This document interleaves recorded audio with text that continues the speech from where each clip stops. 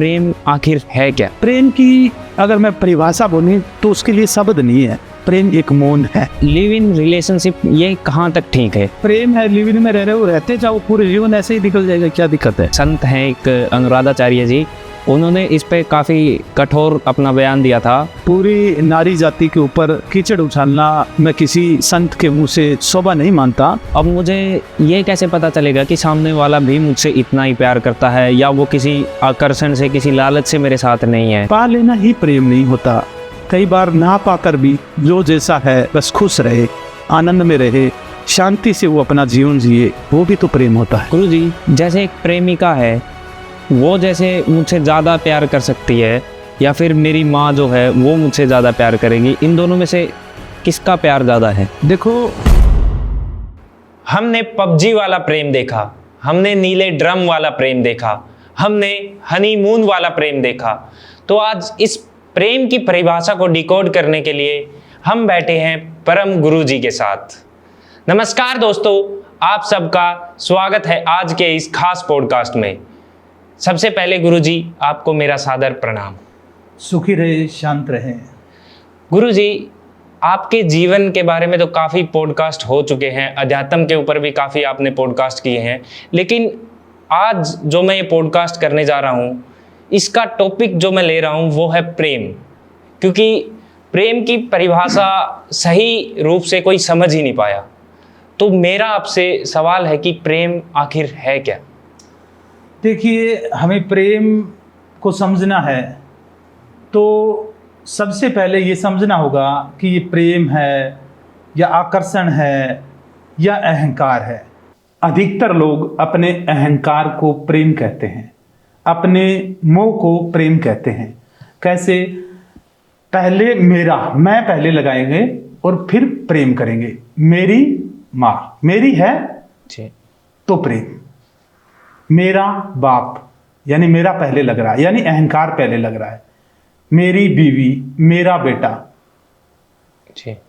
आज किसी के बेटा है 10 साल का, 12 साल का, एक व्यक्ति सुबह से शाम तक मेहनत करता है, उसको पढ़ाता है, लिखाता है, सोचता है कि मैं मेरे बेटे को बहुत अमीर आदमी बनाऊंगा, इस दुनिया का सबसे बड़ा व्यक्ति बनाऊंगा, और मैं मेरे बेटे से जितना प्यार करता हूं इतना कोई भी बाप अपने बेटे से नहीं करता। ऐसे लगता है एक बाप को, हर बाप को लगता है। हाँ।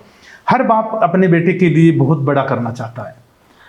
और मान लेते हैं वो बाप एक दिन कोई सामान ढूंढ रहा है, अलमारी के अंदर सामान ढूंढ रहा है, और उसको अलमारी में या सूटकेस में कहीं भी एक पुराना लेटर मिला, बहुत पुराना लेटर। और उस लेटर को पढ़ने के बाद में उसको पता चला कि ये जो तुम्हारा बेटा है ये तुम्हारा नहीं है, ये किसी और का है। तुम्हारी बीवी का किसी और के साथ में अफेयर था तो उसका ये बेटा है। जिस बेटे को तुम पढ़ा रहे थे, लिखा रहे थे, दुनिया का सबसे बड़ा आदमी बनाना चाहते थे और इतना प्यार कर रहे थे, तो क्या तुम्हें लगता है उस व्यक्ति को अभी उतना ही प्यार उस बेटे से रहेगा? नहीं रहेगा। क्यों? अब मेरा नहीं रहा। मेरा होता तो बहुत बड़ा आदमी बनाता, अब मेरा नहीं रहा। जिसके लिए जान दे रहा था, अब तो उसको कभी कभी क्रोध में ऐसे लगता है कि इसकी जान ही क्यों ना ले लूं। तो ये प्रेम नहीं था, ये मैं का अहंकार था। ऐसे ही एक माँ अपने बच्चे से प्यार करती है तो लगता है प्यार करती है, वो एक मोह है, अपने बेटे के प्रति मोह है। वो प्रेम और मोह में बड़ा डिफरेंस है। जैसे एक माँ है, उसको पता चले जब तुम्हारे बच्चा हुआ था उस टाइम में नर्स से वो बच्चे चेंज हो गए, बदले गए, 10-12 साल बाद में पता चले। इतने दिन तक माँ अपने बेटे को या बेटी को पाल रही थी, पोस रही थी, बड़ा कर रही थी। अब उसको पता चल गया तुम्हारा जो बेटा था आज वो तो बदल कर उस घर में चला गया है और वो इतने साल का है। तो तुम्हें लगता है अभी तक उसने देखा नहीं, उसको सिर्फ पता चला है। जितना उससे प्रेम था अभी 10-11 साल का, वो बदल गया था। अब वो वहां से प्रेम भी बदल गया, उधर चला गया कि उनके घर में वो मेरा। और प्रेम कौन करता है? सब मोह करते हैं। एक बेटा बोले बाहर बादल छाए हुए हैं, बारिश आने वाली है, चिड़िया चहचहा रही है, ताज़ी हवाएं चल रही है, इंद्रधनुष निकला हुआ है, और एक बेटा कहता है माँ थोड़ी देर में दोस्तों के साथ बाहर घूम के आऊँ, तो माँ जकड़ लेती है अपने बेटे को और बोलती है नहीं, तेरे को बाहर नहीं जाना। ये प्रेम नहीं है, ये मोह है, अहंकार है। प्रेम कुछ और है।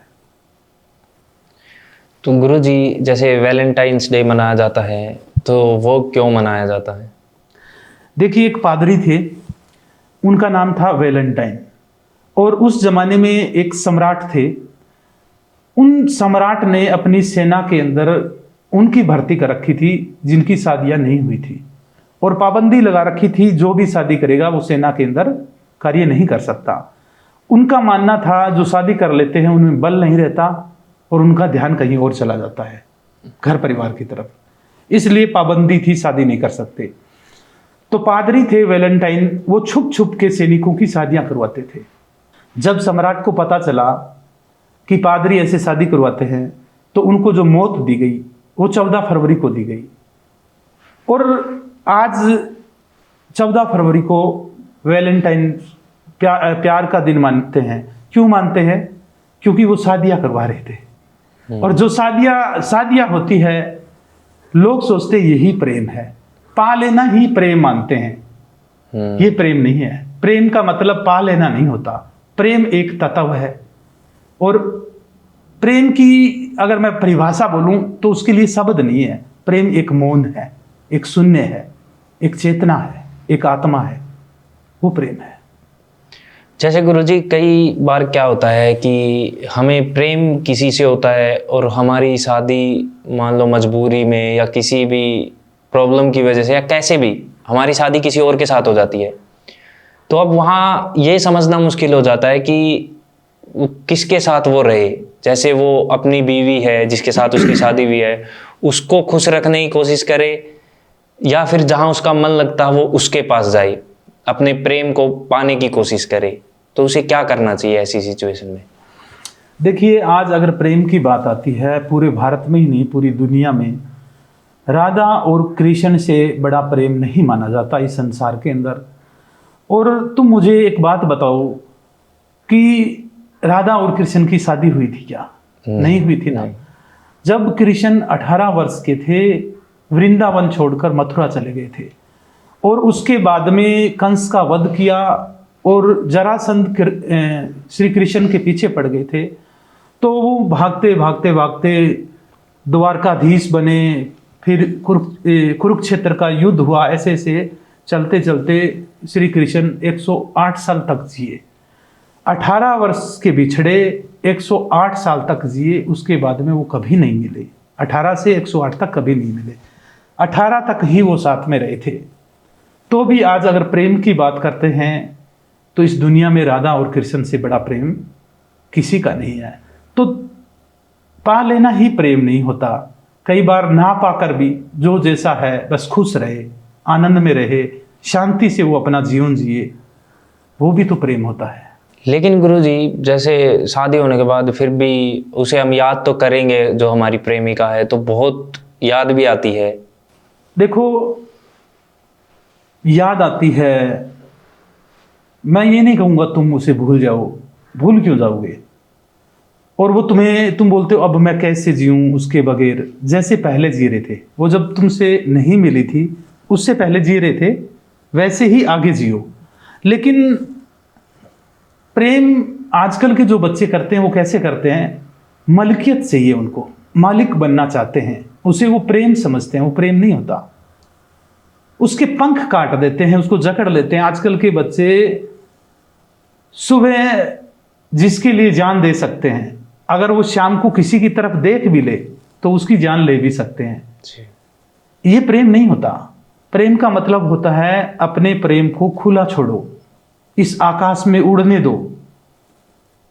वो जैसे खुश है उसको खुश रहने दो। तुम प्रेम करे हो, वो पा लेना प्रेम नहीं होता। जैसे एक दूर जंगल में एक गुलाब का फूल खिला और वहां से कोई राहगीर नहीं गुजरा, फिर भी वो फूल खिला, उसने अपनी सुगंध चारों ओर फैलाई, वातावरण को शुद्ध किया, फिर मुरझाया और गिर गया, किसी ने नहीं देखा। उसने अपना काम किया, वातावरण को शुद्ध किया, सुगंधित किया जी। और फिर मुरझाया, गिर गया। तुमने प्रेम किया, तुम्हारा प्रेम किसी ने देखा या नहीं देखा, महसूस किया या नहीं किया, कोई बात नहीं है, उसकी खुशी में ही तुम्हारी खुशी है। तो मैं तो ये बोलता हूं कि पाना होता है ना, ये प्रेम नहीं होता, ये आकर्षण होता है, और थोड़े दिन में ये उतर भी जाता है आकर्षण। कैसे कैसे देखिए, तीन चीजों से आप इसको समझने की कोशिश करें। आकर्षण और प्रेम का डिफरेंस बताता हूं मैं आपको, क्या होता है आकर्षण। जैसे आपने चुंबक को देखा है, एक जी। चुंबक होती है, एक लोहा होता है, जी। वो दोनों आपस में खींचते चले जाते हैं। जो खिंचाव है उनके बीच में, खिंचाव वो हमें दिखाई नहीं देता, लेकिन दो पदार्थ खींचते हुए हमें नजर आते हैं ना। जी। लेकिन एक तो होता है ये आकर्षण, लोहा और चुंबक का, जी। खींचते जा रहे हैं। इसके बाद में होता है दो शरीरों का आकर्षण। उसमें क्या है, उसमें दो शरीर खींचते जा रहे हैं। क्यों खींच रहे हैं? खिंचाव दिखाई नहीं देता, खींच रहे हैं, वो भी एक आकर्षण है। और एक मजे की बात देखिए, जो आज पदार्थ के पीछे खींच रहे हैं, निर्जीव है, उनमें जीव नहीं है, यानी उसमें प्राण नहीं है। दो पदार्थ, आज कोई लोग धन के पीछे भाग रहे हैं, तो वो तो एक पदार्थ है। और धन के पीछे भागकर वो सोच रहे हैं कि जो शरीर वाले चक्कर में पड़े हुए हैं लोग, प्रेम के, हम उनसे अच्छे हैं। वो उनसे अच्छे नहीं है, वो कम से कम जीवित तो है, लेकिन वो पदार्थ तो ऐसे बोल ही नहीं रहा है। और देखिए, मान लेते हैं एक पैसे की गड्डी पड़ी है, या कुछ एक अंगूठी पड़ी है सोने की, वो अंगूठी तुम्हें नहीं खींच रही। तुम्हारे अंदर जो एक वासना बनी हुई है, एक कामना बनी हुई है, वो तुम उसकी तरफ खींचे जा रहे हो। जी। लोहा कभी नहीं खींचता चुंबक को, चुंबक खींचती है लोहे को। सोना तुम्हें कभी नहीं खींचता, तुम खींचे चले जाते हो। तो ऐसे उनको लगता है कि ये जो शरीरों का प्यार कर रहे हैं, ये बड़े छोटे हैं, हम बहुत बड़े हैं, उनको ऐसा लगता है। और इसके बाद में होता है मन का आकर्षण। दो मन खींचे चले जाते हैं, नींद नहीं आती है, याद आती रहती है 24 घंटे, वो भूलने की कोशिश करे तो भी नहीं भूलते हैं, भाई मिले मिले मिले। एक ये होता है, ये होता है मन का आकर्षण। ये तीनों आकर्षण है। इसके बाद में इन तीनों के पार है एक तत्व प्रेम, वो है आत्मा। वो प्रेम क्या है? ढाई अक्षर, आ त मा, वो ढाई अक्षर का प्रेम है। उसको पढ़े सो पंडित होए। वो आत्मा का प्रेम है। वो आत्मा मेरे भीतर है या खाली स्पेस में, और तुम्हारे भीतर भी है। ये एक ही है, इसमें हम जीते जी नहीं पा सकते। हम जब मर जाएंगे तो भी ये तो एक ही रहेगी ना। वो आत्मा का प्रेम होता है, इसमें मिले या ना मिले, पाना प्रेम नहीं है। तो हमें कैसे पता चलेगा कि हमें अब सही सच्चा प्रेम हुआ है? कैसे पता चलेगा? तो ये आपको ऐसे अंदाजा लगाना पड़ेगा कि क्या लगता है मुझे इसमें अच्छा, क्या है इसमें प्रेम। प्रेम एक अलग चीज है कि जैसे प्रेम आता नहीं है, अब बताने में भी नहीं आता। एक प्रेमी और प्रेमिका हाथ पकड़ कर बैठे हैं, जी। तुम उनके पीछे से देखना कि क्या बातें कर रहे हैं। बैठे बैठे बातें कर रहे हैं कि मैं तेरे लिए जान भी दे सकता हूं, तेरे लिए ये कर सकता हूं, मैं तेरे लिए ये कर सकता हूं, तेरे लिए चांद तोड़ कर लाऊंगा। ऐसे बच्चों वाली बात करते हैं। चांद कोई फ्रूट नहीं है तोड़ के लेके आएगा, लेकिन करते हैं। लेकिन उनमें इतना रस है, अब उन दोनों को पकड़ ले, और उनमें जो रस है बात करने का, एक दोनों का एक रस बना हुआ है। अब उसको लेब में चेक रहे हैं हम कि ये जो अभी बात कर रहे थे, जो इनके भीतर एक आनंद, एक प्रेम झलक रहा था, वो लेब में भी नहीं आएगा। काट पीट कर उनकी हड्डियां अलग कर दो, हड्डियां अलग हो जाएगी, लेकिन वो प्रेम है ना, वो शून्य, वो किसी लेब में, वो किसी शब्द में आ ही नहीं सकता। ये तो तुम्हें खुद महसूस करना पड़ेगा कि आकर्षण है या प्रेम है। गुरुजी, जैसे मैं किसी से प्यार करता हूँ तो मुझे पता है मैं सामने वाले से कितना प्यार करता हूँ। अब मुझे ये कैसे पता चलेगा कि सामने वाला भी मुझसे इतना ही प्यार करता है, या वो किसी आकर्षण से, किसी लालच से मेरे साथ नहीं है? ये मुझे कैसे पता चलेगा? देखो, पहले तो प्रेम करते हो तुम, तो तुम्हें जानना ही क्यों है कि तुम्हें पता भी लगाना है कि ये प्रेम करता है या नहीं करती है। तुम करते हो ना, बस बात खत्म है। तुम भी तो कहाँ कर रहे हो प्रेम, तुम भी तो शक कर रहे हो, उस पर शंका कर रहे हो। जी। तो ये तो कोई बात नहीं हुई कि मुझे जानना भी है ये प्रेम है या नहीं है। जहाँ प्रेम होता है वहाँ शब्द बंद हो जाते हैं, और फिर हर रोज़ मैं प्रेम करता हूँ ये भी कहने की ज़रूरत नहीं होती। और जिस दिन तुमने कह दिया कि मैं प्रेम करता हूँ, तो इसका मतलब अभी तक तुम प्रेम करते नहीं हो, अभी तक तो शक शंका ही कर रहे हो। जी गुरुजी, जैसे अभी शादियां होती हैं, फिर उसके बाद डिवोर्स होते हैं। जैसे बड़े बड़े सेलिब्रिटीज़, हाल ही में यूजी चहल जैसे क्रिकेटर जो हैं उनका भी डिवोर्स हुआ। तो आजकल डिवोर्स की संख्या जो है वो बहुत ज़्यादा बढ़ती जा रही है, ऐसा क्यों हो रहा है? देखिए, ये अभी भारत के अंदर अभी शुरू हुआ है।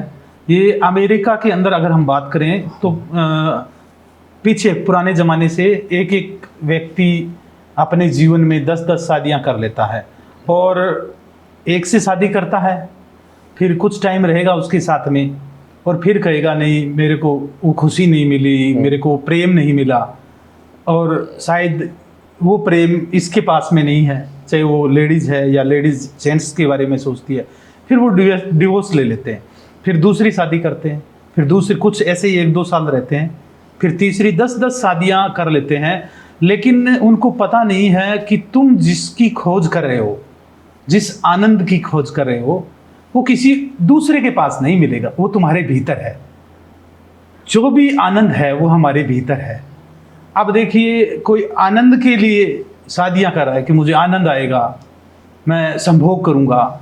अब एक भिखारी दूसरे भिखारी को क्या दे सकता है? कुछ नहीं दे सकता।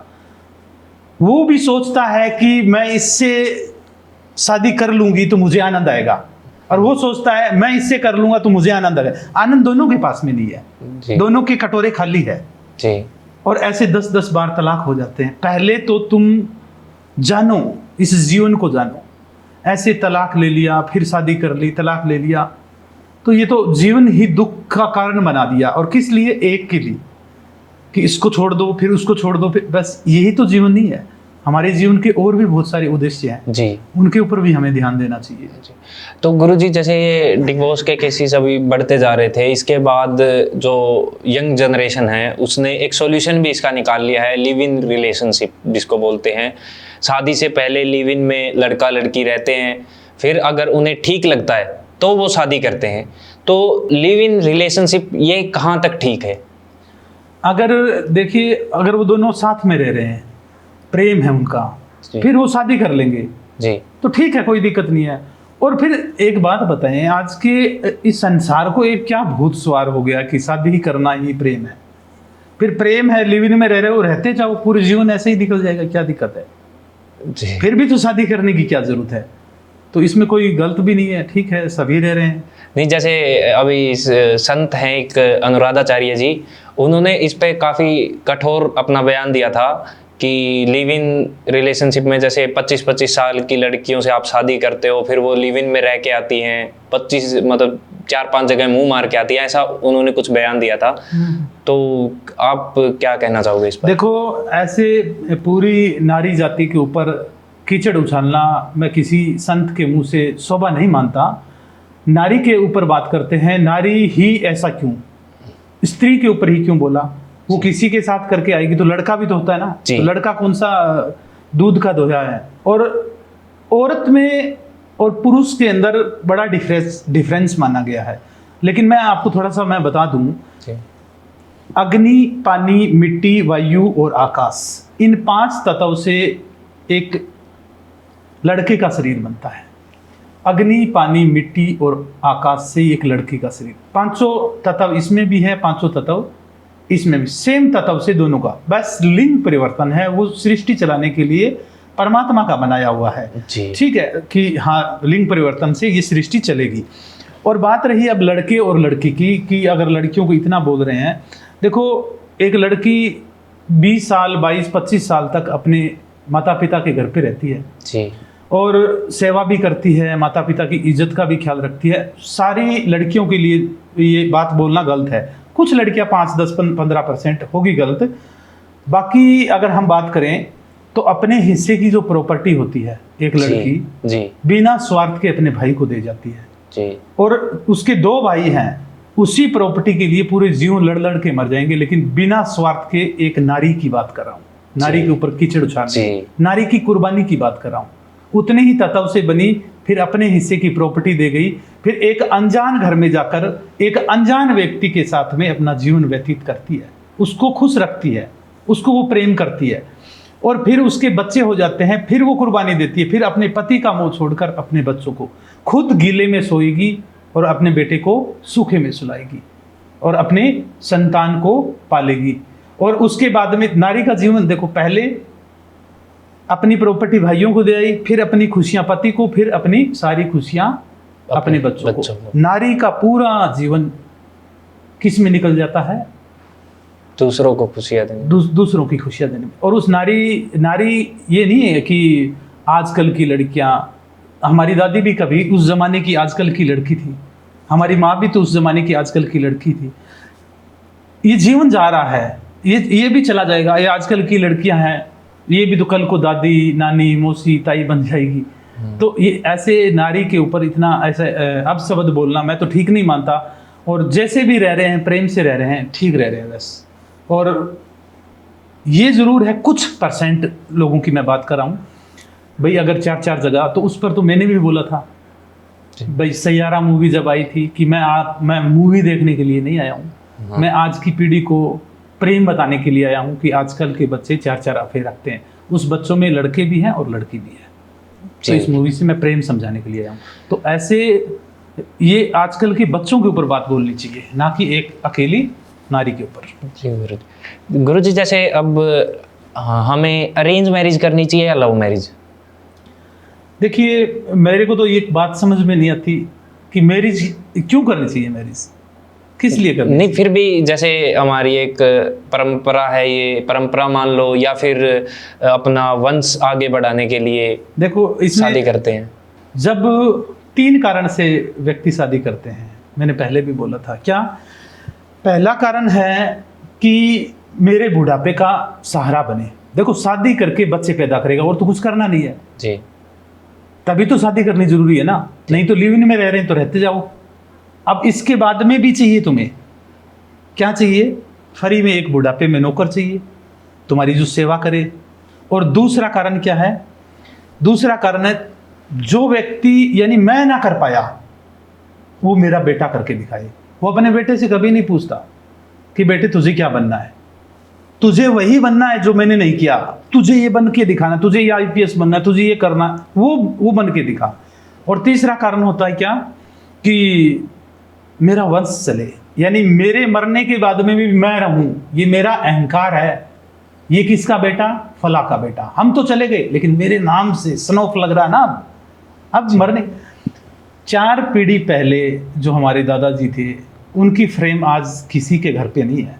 4 पीढ़ी बाद में तुम वंश चलाने के लिए शादी कर रहे हो ना, वंश तो चलेगा लेकिन फ्रेम हट जाएगी, तो तुम्हारा अहंकार कहाँ चला गया?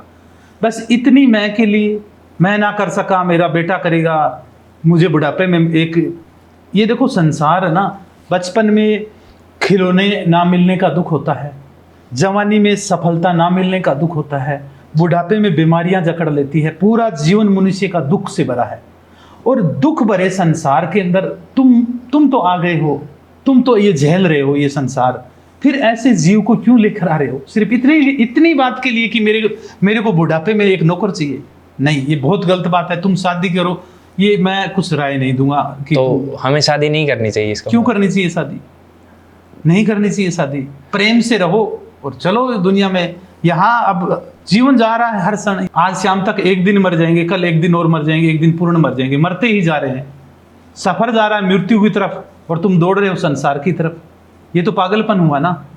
तो अगर मृत्यु की तरफ जा रहे हो और जब मृत्यु आएगी सब कुछ ताश के पत्तों की तरह बिखर जाएगा ये संसार, तो इसमें कुछ ही सत्य नहीं है। तुमने पिछले जन्म में शादी की थी, आज उनसे प्रॉपर्टी लेकर बताओ। उनको बोला था पिछली बार तुम किसी और देश धर्म के थे, आज उनको बोलो मैं ही हूँ तुम्हारा ये, तो बहुत कमाया था तुमने, आज 1 रुपये भी नहीं देंगे। इस जीवन में कमा के फिर चले जाओगे, अगली जगह कहीं और बनाओगे, फिर क्या है। यहाँ जीवन जा रहा है, आकर कोई तंबू रोपता नहीं है। तंबू रोपता है ना ऐसे कि मैं यहाँ तंबू लगा के रहूंगा, उससे पहले मृत्यु बोलती है चलो किली निकालो, खूंटियाँ निकाल लो, जाने का वक्त आ गया है। तो इतने जीवन के लिए क्यों इतना सीरियस हो गए हो? बस है, इसको जियो और चलो। तो मतलब हम जिससे प्रेम करते हैं हमें उसी के साथ खुशी से रहना चाहिए। शादी करके बच्चे करना कोई ठीक बात नहीं है। मतलब शादी करके बच्चे करना ही प्रेम है तो शायद प्रेम समझ ही नहीं पाए। तो हमें मतलब प्रेम करना चाहिए लाइफ में। प्रेम करना नहीं होता, प्रेम होता ही है। यहाँ प्रेम तत्व है, ये जो शून्य है आंखों के बीच में हमारे भीतर, ये जब शरीर हट जाता है तो भी रहता है, शरीर है तो भी है।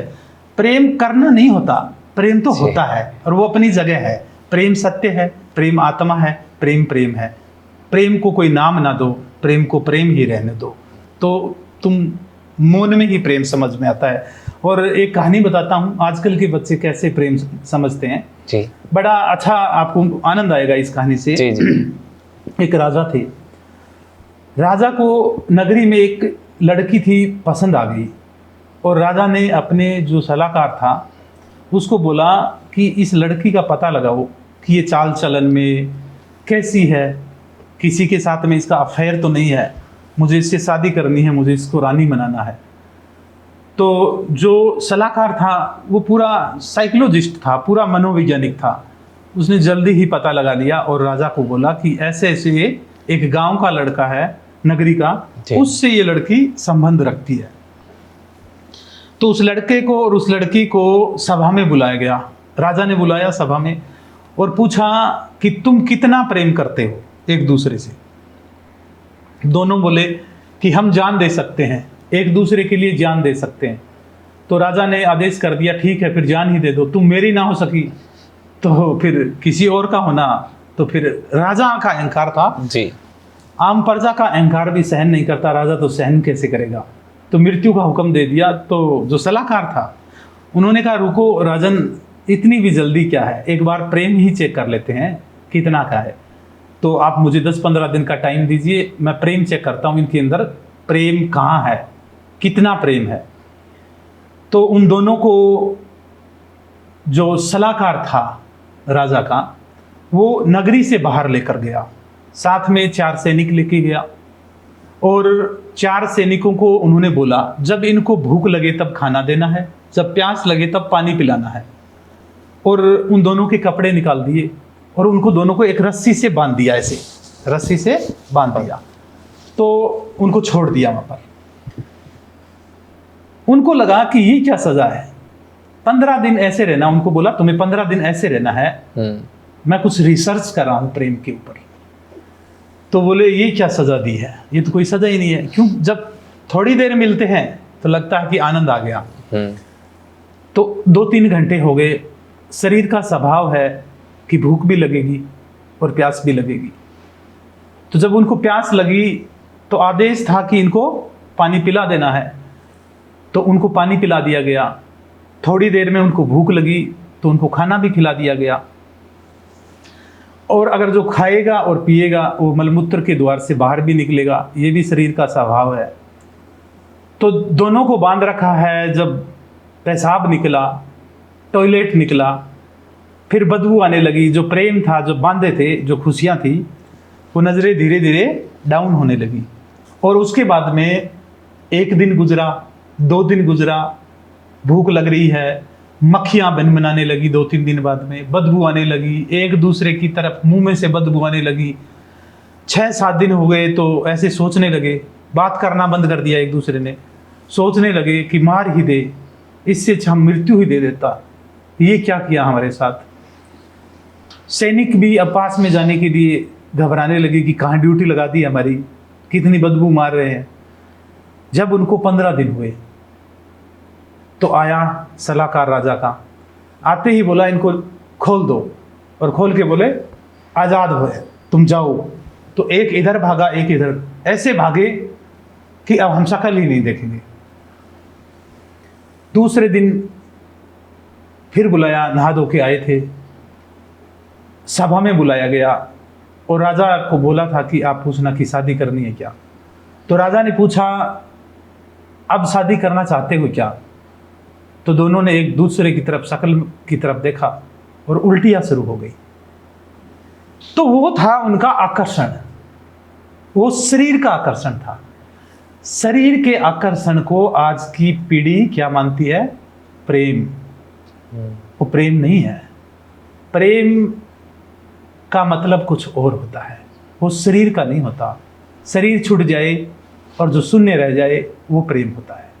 गुरुजी, जैसे एक प्रेमिका है, वो जैसे मुझसे ज़्यादा प्यार कर सकती है या फिर मेरी माँ जो है वो मुझसे ज़्यादा प्यार करेगी, इन दोनों में से किसका प्यार ज़्यादा है?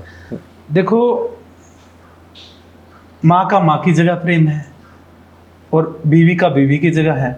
ऐसा तो है नहीं कि जब माँ तुमसे प्यार कर रही है तो बीवी का प्यार कम हो रहा है, या तुम अपनी बीवी से जब प्यार कर रहे हो तो माँ से कम हो रहा है।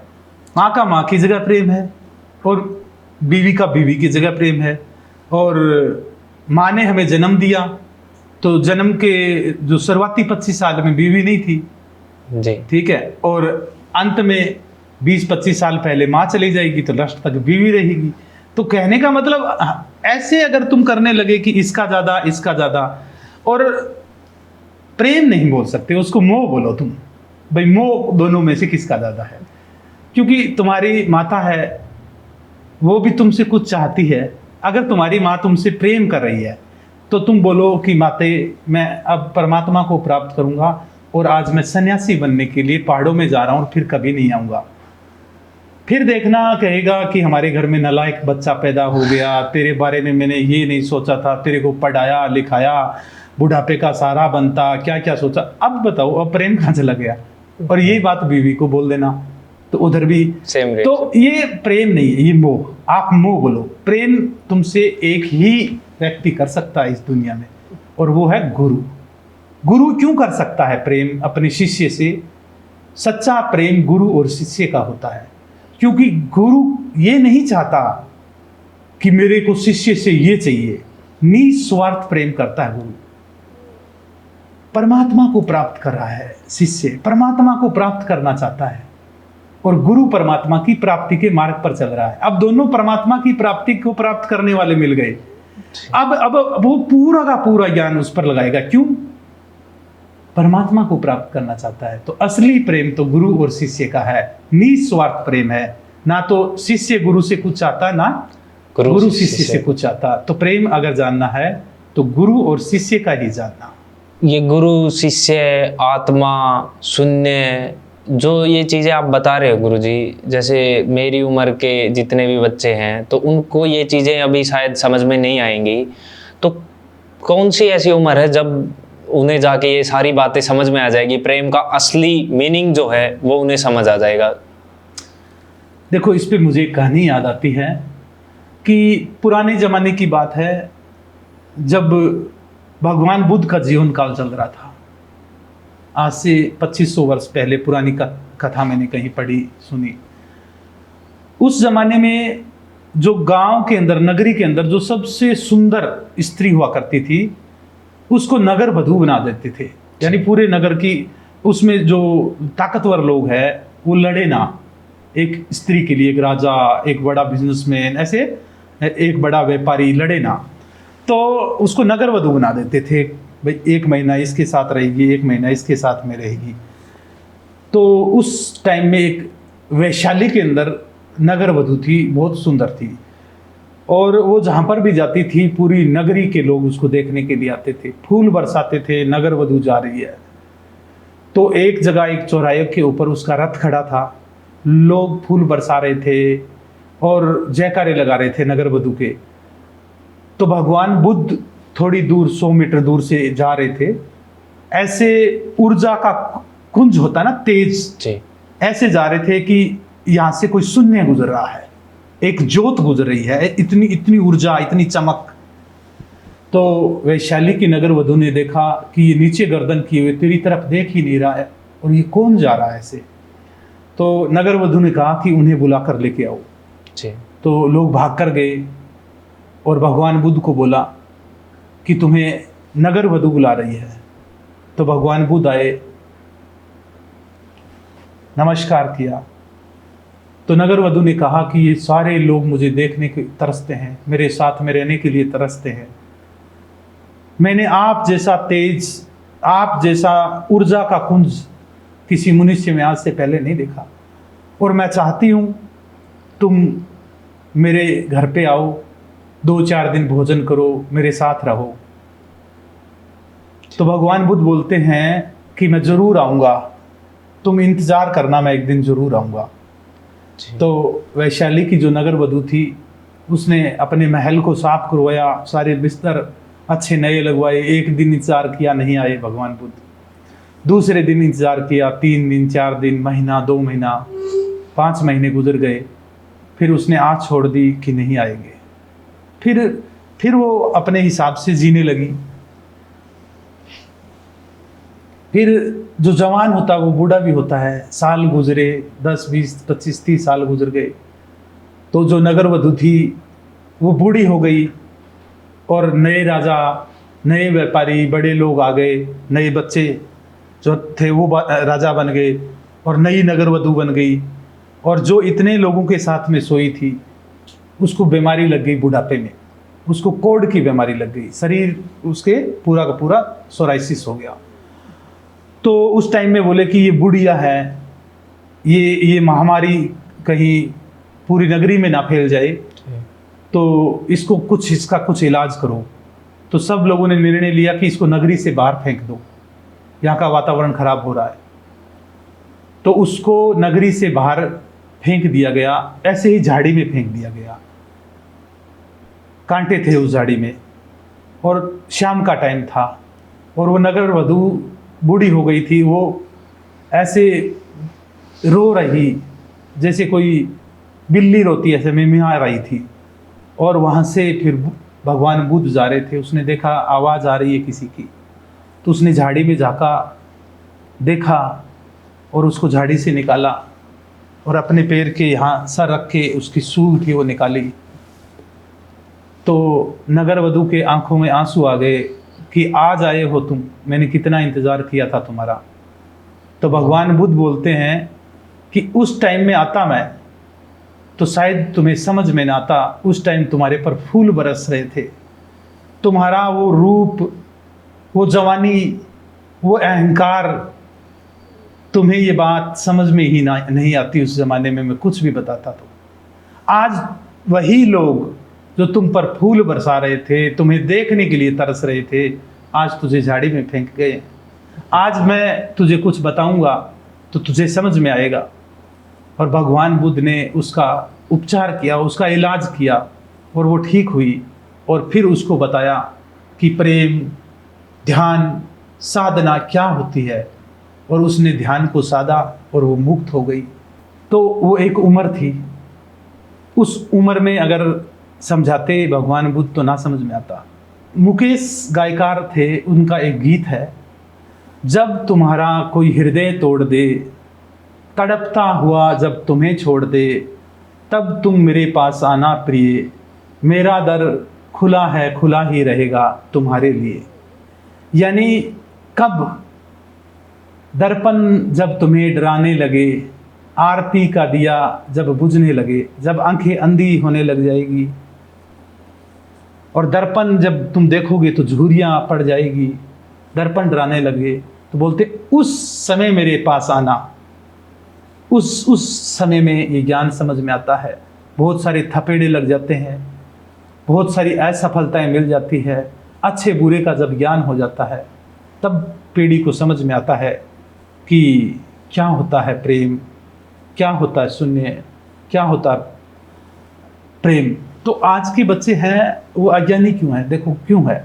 एक सुंदर स्त्री है, वो सफल नहीं, इतनी सफल नहीं हो सकती। जो थोड़ी सी करूप है वो ज़्यादा सफल हो जाती है।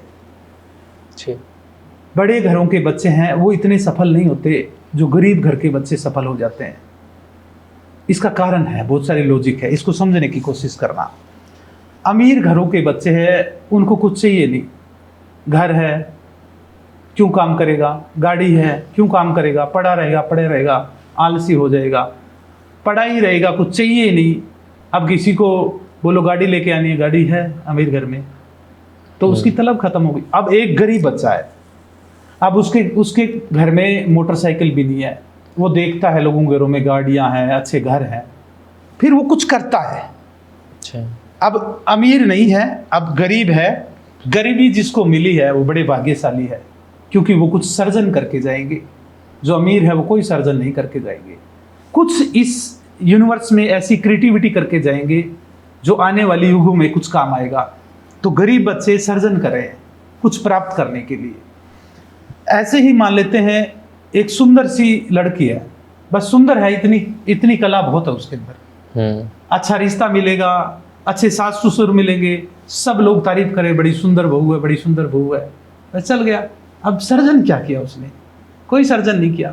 एक थोड़ी सी करूप है, अब उसकी ना तो कोई तारीफ करता है ना कुछ और करता है, और हर हृदय के अंदर एक धड़कन धड़कती है कि मेरी भी कोई तारीफ करे। फिर वो क्या करते हैं? कुछ सर्जन। अब या तो कुछ पेंटिंग बनाना सीखेंगे, या कुछ बजाना सीखेंगे, या कुछ लिखना सीखेंगे, या अंतरिक्ष में जाएंगे, कुछ सर्जन करेंगे। जी। और आज जितने भी सुंदर नहीं है उन्होंने ही सर्जन किया है। और अज्ञान कहाँ है? सारे दिन अपने शरीर को देखते हैं, कितना सुंदर, 4 लोगों ने बोल दिया ये सुंदर वो सुंदर। ये जब तक अज्ञानता है ना, तब तक ये सत्य है, ये शून्य है, ये प्रेम समझ में नहीं आएगा। जब तुम्हारा कोई हृदय तोड़ दे, तड़पता हुआ तुम्हें छोड़ दे, तब तुम मेरे पास आना प्रिय, ये शून्य तुम्हारा है, तुम्हारा ही रहेगा। गुरुजी, आपने बहुत अच्छे से प्रेम की परिभाषा दी, हमें काफ़ी अच्छा लगा। तो गुरुजी, अभी मैं बस आपसे, मेरा आखिरी सवाल है कि प्रेम को एक लाइन में आप अगर डिफाइन कर पाएँ तो एक लाइन में आप प्रेम को बताइए कि प्रेम क्या है। देखो, शब्द तोड़ता है, मौन जोड़ता है। जब भी मैं बताऊंगा तो कुछ और समझ जाओगे, इसलिए मौन है ना, वो प्रेम है, और प्रेम ही परमात्मा की प्राप्ति का मार्ग है। तो गुरुजी, आपने बहुत अच्छे से प्रेम की जो परिभाषा है वो हमें समझाई। आपका बहुत बहुत धन्यवाद हमें अपना कीमती समय देने के लिए। और आप सबको भी मैं कहूँगा कि प्रेम को थोड़ा जानो, समझो, और आपको प्रेम के बारे में क्या लगता है, आपके क्या विचार हैं, हमें कमेंट सेक्शन में ज़रूर बताएं। धन्यवाद।